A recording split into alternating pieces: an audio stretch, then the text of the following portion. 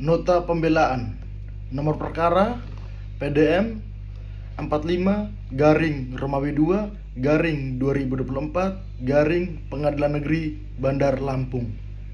Kepada yang terhormat Majelis Hakim Pengadilan Negeri Bandar Lampung di Bandar Lampung. Identitas yang bertanda tangan di bawah ini: nama Anselmus Alfredus Arianto, pekerjaan advokat, alamat Jalan Sukamanis, nomor 23, Waidadi, Kecamatan Sukarame, Kota Bandar Lampung. Bertindak untuk dan atas nama serta sebagai penasihat hukum klien kami. Nama lengkap Ayam, tempat tanggal lahir Lampung 12 Januari 2001, umur 23 tahun, pekerjaan mahasiswa Universitas Bumi, prodi Bahasa Sanskerta, alamat Jalan Melati nomor 45 Bandar Lampung. Pendahuluan bahwa pada persidangan ini jaksa penuntut umum telah membacakan surat tuntutan yang pada pokoknya menuntut klien kami Ayam dengan pidana penjara seumur hidup atau dakwaan primer pasal 340 KUHP atau paling tidak pasal 338 KUHP. Sebagai kuasa hukum, dengan penuh rasa hormat, kami mengajukan nota pembelaan ini dengan maksud agar majelis hakim yang mulia dapat mempertimbangkan secara jernih fakta-fakta hukum, aspek keadilan, dan prinsip kemanusiaan dalam perkara ini. Tanggapan atas dakwaan dan tuntutan. Yang pertama, bahwa unsur dengan rencana terlebih dahulu tidak terpenuhi. Argumentasi jaksa penuntut umum yang menyatakan adanya perencanaan karena terdakwa membawa pisau lipat dan memindahkannya ke saku celana adalah kesimpulan yang terlalu dini. Kedua, bahwa jaksa penuntut umum menilai bahwa rentang waktu dari mengambil pisau hingga eksekusi menunjukkan waktu yang cukup untuk berpikir. Faktanya, niat menusuk muncul secara spontan saat terdakwa hendak pulang dan berpamitan, dipicu oleh emosi sesaat akibat rasa iri hati, bukan hasil pemikiran yang tenang. Ketiga, bahwa dalam doktrin hukum pidana, perencanaan mensyaratkan pelaku berada dalam keadaan tenang saat memikirkan akibat perbuatannya. Dalam kasus ini, terdakwa dikuasai oleh gejolak emosi dan himpitan ekonomi, sehingga tidak terdapat ketenangan batin yang disyaratkan pasal 340 KUHP. Keempat, bahwa membawa pisau lipat tidak otomatis bermakna sebagai perencanaan pembunuhan. Pisau tersebut sebelumnya tersimpan di jok motor sebagai alat jaga diri atau perkakas biasa, bukan alat yang dipersiapkan khusus untuk membunuh korban bebek.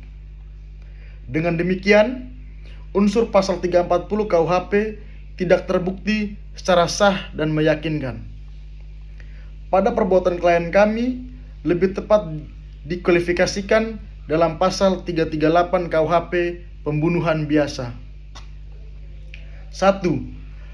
Klien kami memang terbukti menusuk korban hingga meninggal dunia.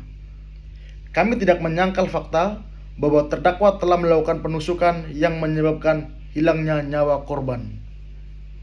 Kedua, namun perbuatan tersebut terjadi secara spontan akibat motif pribadi tanpa rencana yang terstruktur. Ketiga, oleh karena itu, perbuatan klien kami lebih tepat dipertanggungjawabkan berdasarkan pasal 338 KUHP bukan pasal 340 KUHP. Dakwaan subsidiar lebih mencerminkan fakta hukum yang sebenarnya terjadi di lapangan. Keempat, kedudukan barang-barang yang diambil. Jaksa penuntut umum menyebut adanya pengambilan laptop, dompet, dan ponsel. Akan tetapi, perbuatan ini tidak didakwakan secara tegas sebagai tindak pidana pencurian pasal 362 atau 365 KUHP.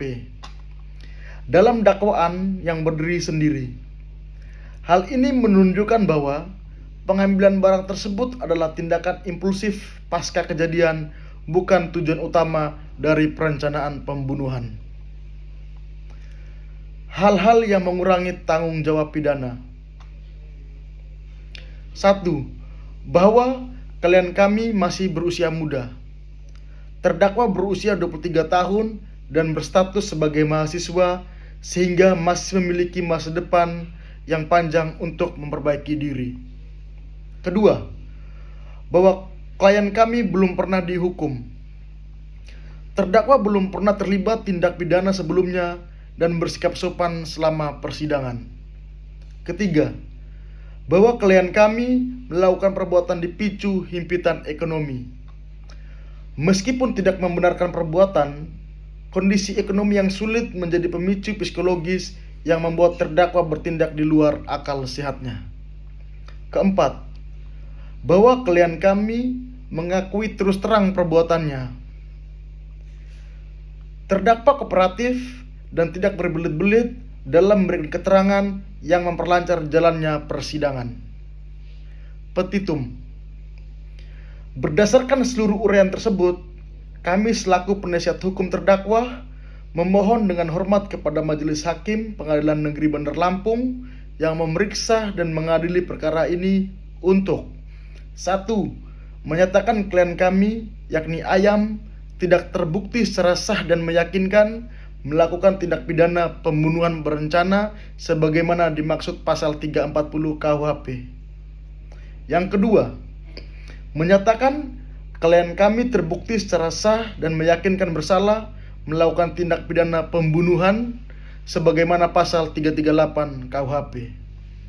Ketiga, menjatuhkan pidana yang seringan-ringannya terhadap klien kami dengan mempertimbangkan usia muda dan penyesalan mendalam dari klien kami.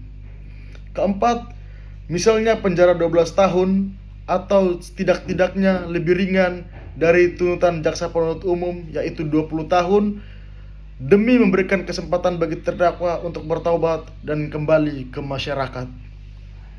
Kelima, menetapkan agar klien kami tetap dalam tahanan. Penutup. Dengan nota pembelaan ini, kami ajukan dengan penuh harapan agar Majelis Hakim yang mulia berkenan mempertimbangkan secara arif dan bijaksana serta menjatuhkan putusan yang seadil-adilnya demi tegaknya hukum yang berlandaskan keadilan dan kemanusiaan. Atas perhatian Majelis Hakim yang mulia, kami ucapkan terima kasih. Bandar Lampung, 11 November 2024. Hormat kami, penasihat hukum terdakwa, tertanda tangan Anselmus Alfredus Arianto. Terima kasih.